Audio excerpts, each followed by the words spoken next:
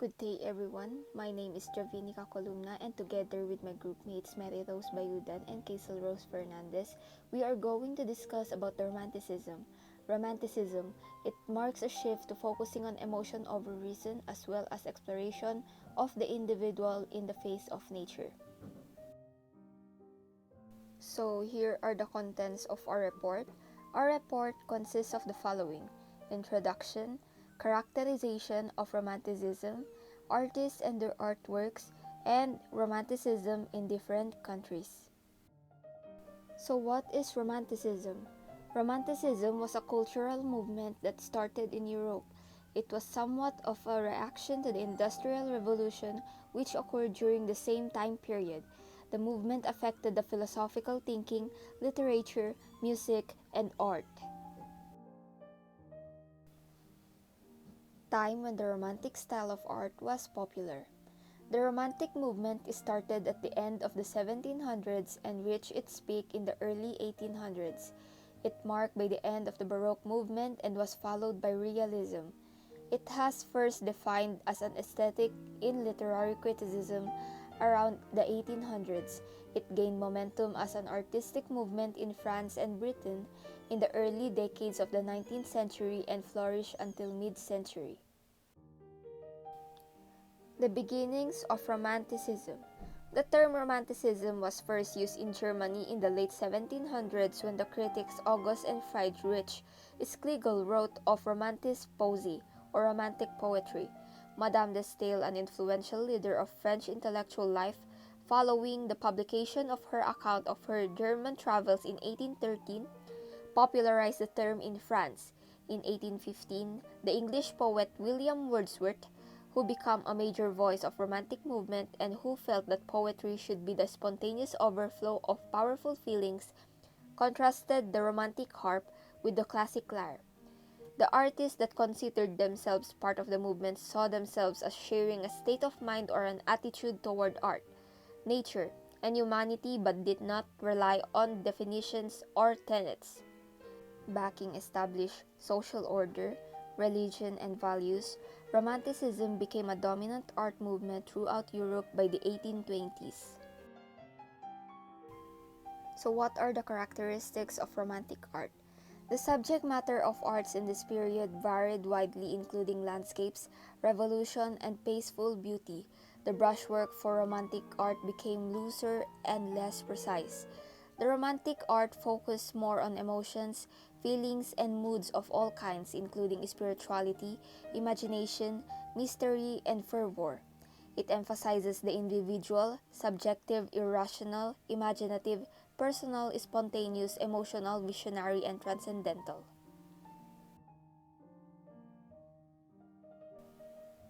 So here are the 5 I characterization of Romanticism. We have imagination, idealism, intuition, inspiration, and individuality. First, we have the imagination. Imagination was emphasized over reason. This was a backlash against the rationalism characterized by the neoclassical period or age of reason. Imagination was considered necessary for creating all art. British writer Samuel Taylor Coleridge called it intellectual intuition. Second, we have idealism. Idealism is the concept that we can make the world a better place.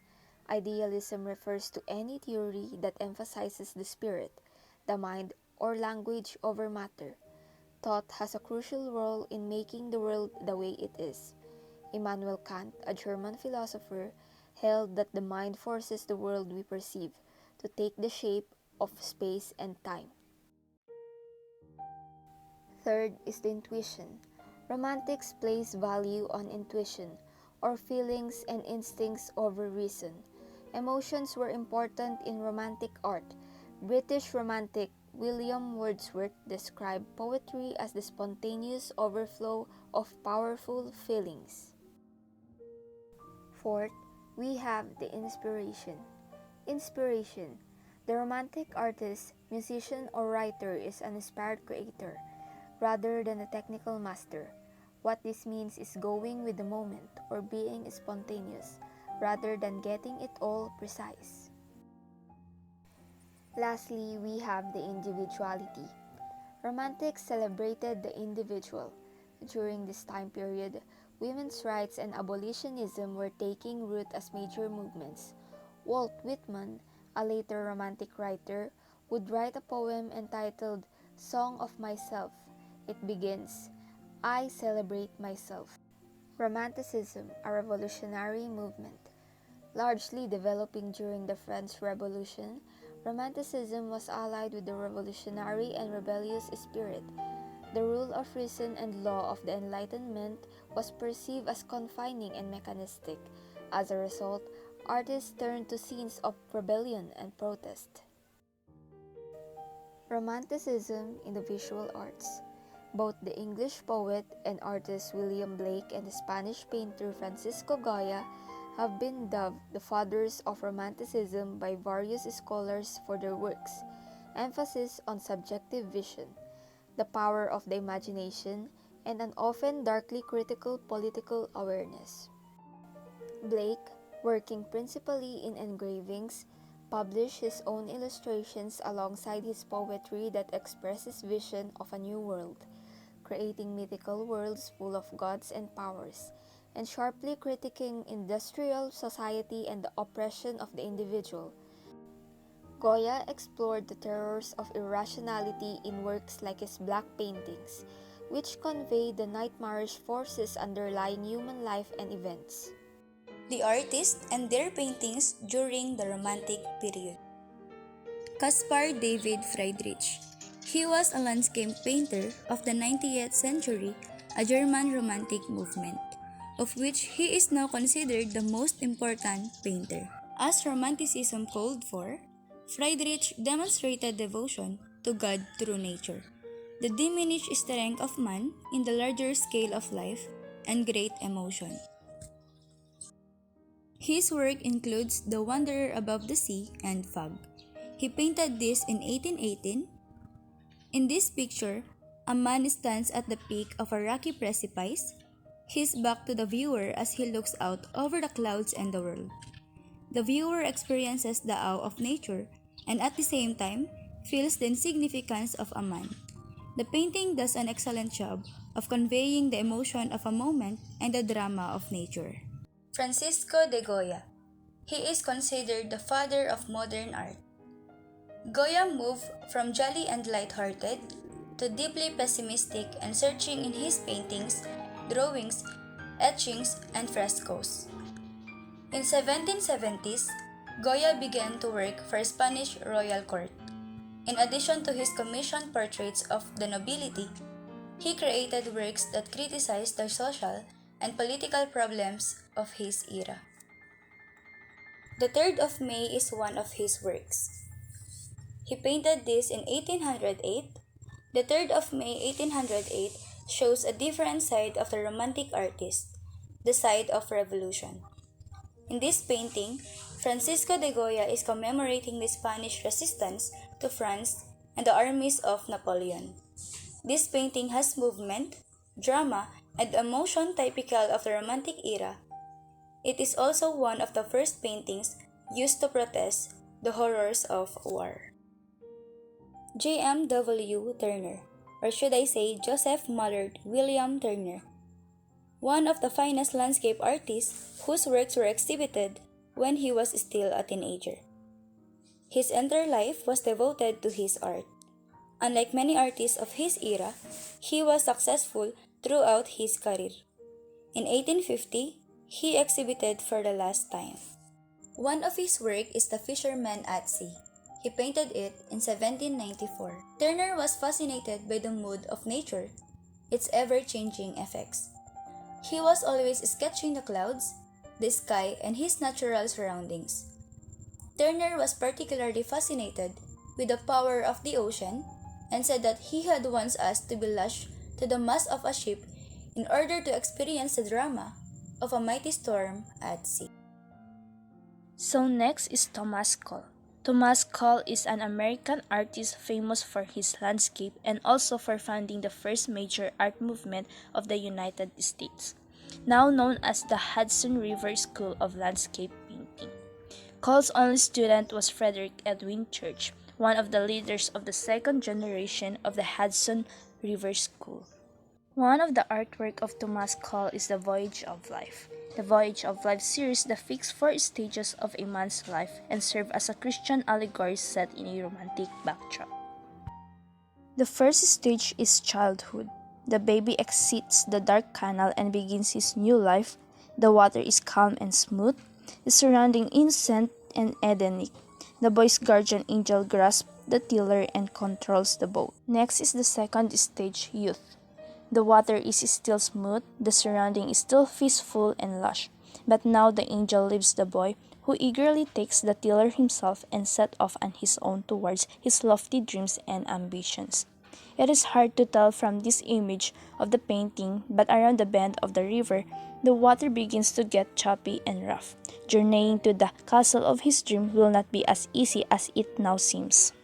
Manhood is the third stage of a man's life. The boy is now a man, the vegetation is gone, the waters are choppy, the skies have darkened, the tiller of the boat is gone, the man is no longer entirely in control, and he prays for help. The angel still watches over him, but now from afar. Next is the old age, the last stage of a man's life. The man is now old and the angel returns to his side. His boat has made it to the ocean. The waters are once more calm, the light is breaking through the dark clouds. The man's faith has sustained him throughout the trials of life, and now the beauty of eternity stretches out before him. Next, we will now tackle the Romanticism in different countries. First is the Romanticism in Germany. During the Enlightenment or the Age of Reason, German Romantic painters turned their sights to interior emotions instead of reason's observations.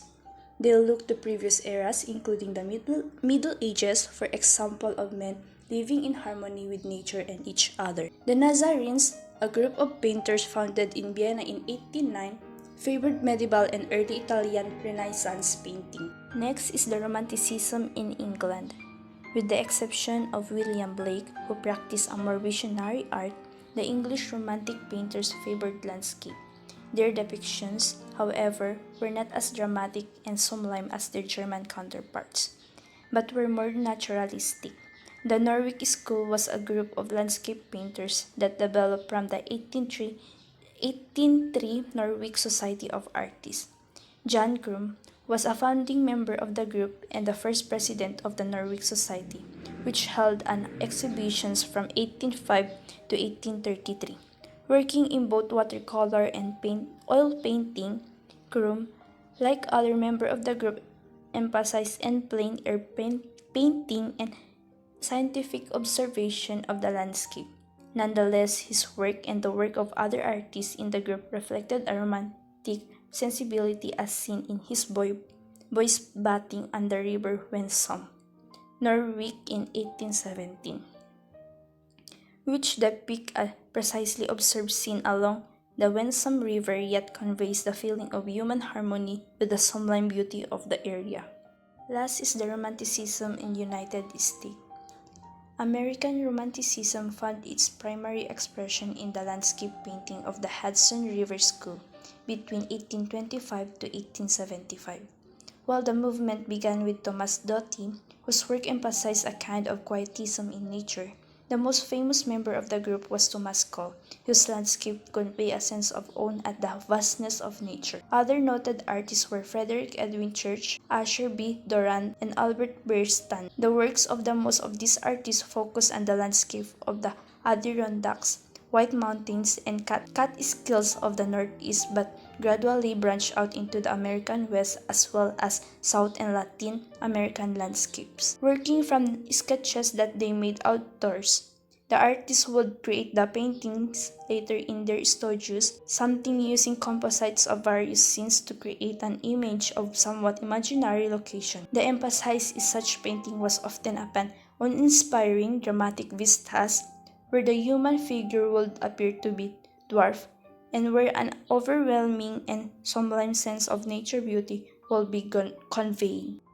And that would be all for our report in Art, History, and Movement. Thank you for watching.